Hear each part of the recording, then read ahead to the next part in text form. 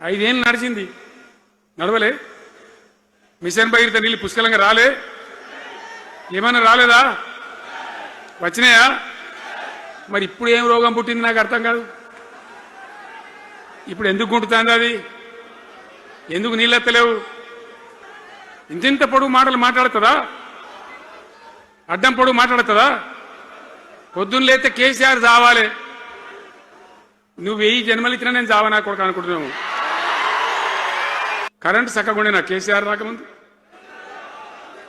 Current ఉండేనా?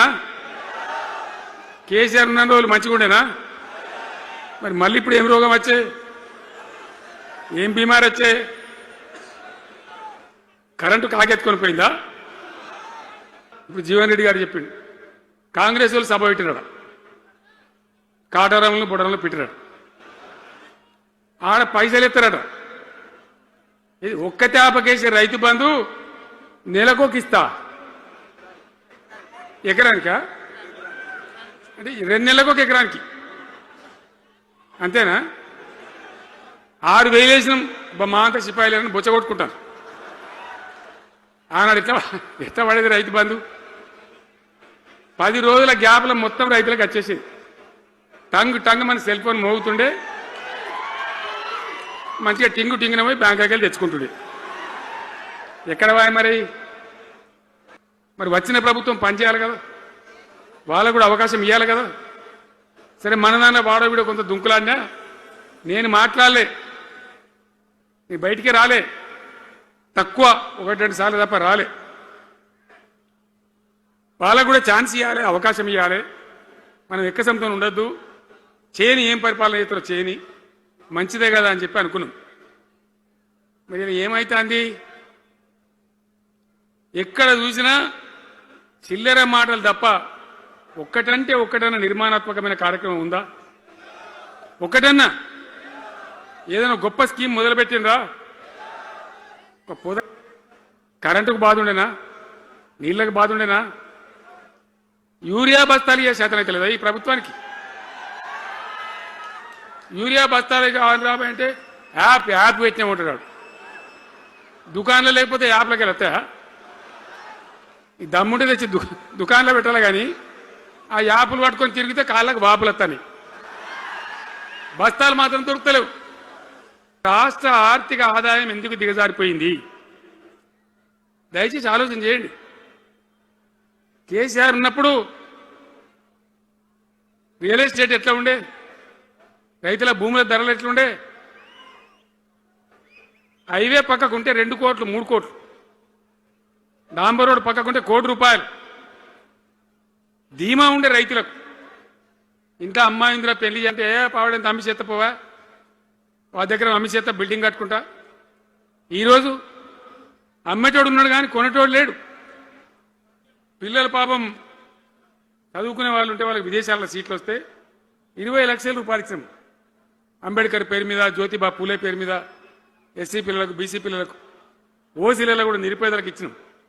ఇలా దాన్ని బంద్ పెట్టినారు, వాళ్ళు ఆగమైపోతా ఉన్నారు. ప్రతి గ్రామ పంచాయతీకి ట్రాక్టర్ ఇప్పించినాం. అన్నాడు చెత్త తీసేది, ఇలా పనిచేస్తున్నాయి ఆ ట్రాక్టర్లు. ఊళ్ళలో ట్రాక్టర్లు పనిచేస్తున్నాయన్నా, మూలకు పడ్డాయి, డీజిల్ పోసే దిక్కులేదు. ఏం చేయాలా? మన జీవితాలకే బాంబులు పెడుతున్నారు. ఆ రోజు కూడా నరేంద్ర మోడీ ప్రధానమంత్రిగా ఉండే ఆయన ఏం చేసిండు? కరెంటు మోటార్లకు మీటర్లు పెట్టాలి, నువ్వు పెట్టాలి కేసీఆర్ అని నా మీద ఒత్తిడి. నేను చెప్పిన నా పానం పోయినా సరే సచ్చినా సరే నేను మీటర్ పెట్టా అని చెప్పింది. పెట్టలే. 30,000 రూపాయలు కట్ చేస్తే నీకు అన్నాడు, కట్ చేసిండు. రాష్ట్ర ప్రభుత్వానికి వచ్చేటువంటి ఆదాయం 30,000 కోట్ల రూపాయలు వదులుకొని కూడా తెలంగాణలో నేను కరెంటు మీటర్ పెట్టనియలే. నేను ముఖ్యమంత్రి ఉన్నాను రోజు. ఇవాళ ఏం చేసింది తెలుసా వీళ్ళు మీకు? మీకు తెలియలే, మీరు అమాయకులున్నారు. ఢిల్లీకి పోయి ఒప్పుకున్నారు. ఒప్పుకొని ఏం చేశారు? అయ్యా బాంచని మీటర్లు పెడతాము, మాకు ఆ పైసలు ఇయ్యండి, కేసీఆర్ వద్దన్నారు కదా మేము తీసుకుంటాం అని ఆ డబ్బు తీసుకొని వీళ్ళే ఈ గవర్నమెంట్ పోయి సంతకం పెట్టింది. ఇవాళ మక్కలండి, మక్కలు వచ్చినాయి. పెడితే కొంటమని చెప్పారు, కొనకపోతే కొనమని చెప్పింది. ఈ శాతకాని దొంగతనం ఎందుకు? లోపల అధికారులకేమో కొనకూడదని చెప్తుంది,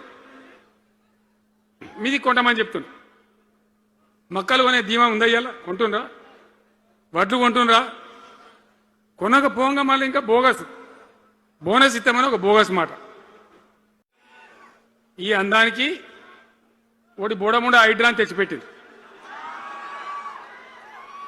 దానికి ఆ హైడ్రాకు ఆ పిసిసి ప్రెసిడెంట్ అని ఉంటాడు ఆయన, కాంగ్రెస్ కమిటీ అధ్యక్షుడు, ఆయన నిజామాబాద్లో పోయి చెప్తుండు, హైదరాబాద్లో హైడ్రా, నిజామాబాద్ కూడా తెత్తం బిడ్డ, నిజామాబాద్లో నిడ్రా, రేపు జగిత్యాలలో కూడా జిడ్రా అంటాడు. ఇక అది ఏం కావాలి? మొత్తం పేదల కొంపలన్నీ కూల్చుడేనా? కేసీఆర్ రాజ్యానికి వచ్చినప్పుడు 3.5 లక్షల మందికి పేదలు ఎక్కడ ఉన్నారో అక్కడనే పట్టాలు ఇచ్చినాం. వాళ్ళని ఆగం చేయకుండా పాపం గరీబోళ్ళు 3.5 లక్షల కుటుంబాలకు హైదరాబాదు చుట్టుపక్కల వేరే పట్టణాల్లో కూడా పట్టాలు ఇచ్చిన వాళ్ళని బతకనిచ్చిన. ఇలా ఏం కూలగొట్టుడు? అది పుస్తకాలు కూడా తీసుకుని పోరాటాలు చదువుకునేటి అంతే గిరితమా? నేను ఒక్కటే మాట మనం చేస్తా ఉన్నా, గ్యారంటీగా బీఆర్ఎస్ గవర్నమెంట్ వచ్చేది ఖాయం. మొట్టమొదటి రోజుల్నే ఈ ఐటాంటోని ఎత్తి అవతల వరేస్తామని చెప్పి నేను మనం చేస్తా ఉన్నా. మూసియాన్ దాని ఎంబడి వాడారు, దానికి ఆడ గరీబులు ఉంటారు పాపం. మూసి ఎంబడిన గరీబులను వాళ్ళని ఏమి ఏడిపించుడు? పొద్దున్న లేతే వాళ్ళు నిద్రపోకుండా, వాళ్ళ కంటి మీద కొనుక్కు లేకుండా, అది ఎవరు చేసే ప్రాజెక్ట్ అయ్యేది కాదు, పీకేది అవుతుందా? 15,000 ఇల్లు కూడా కొడతారట. ధర్మమేనా అది?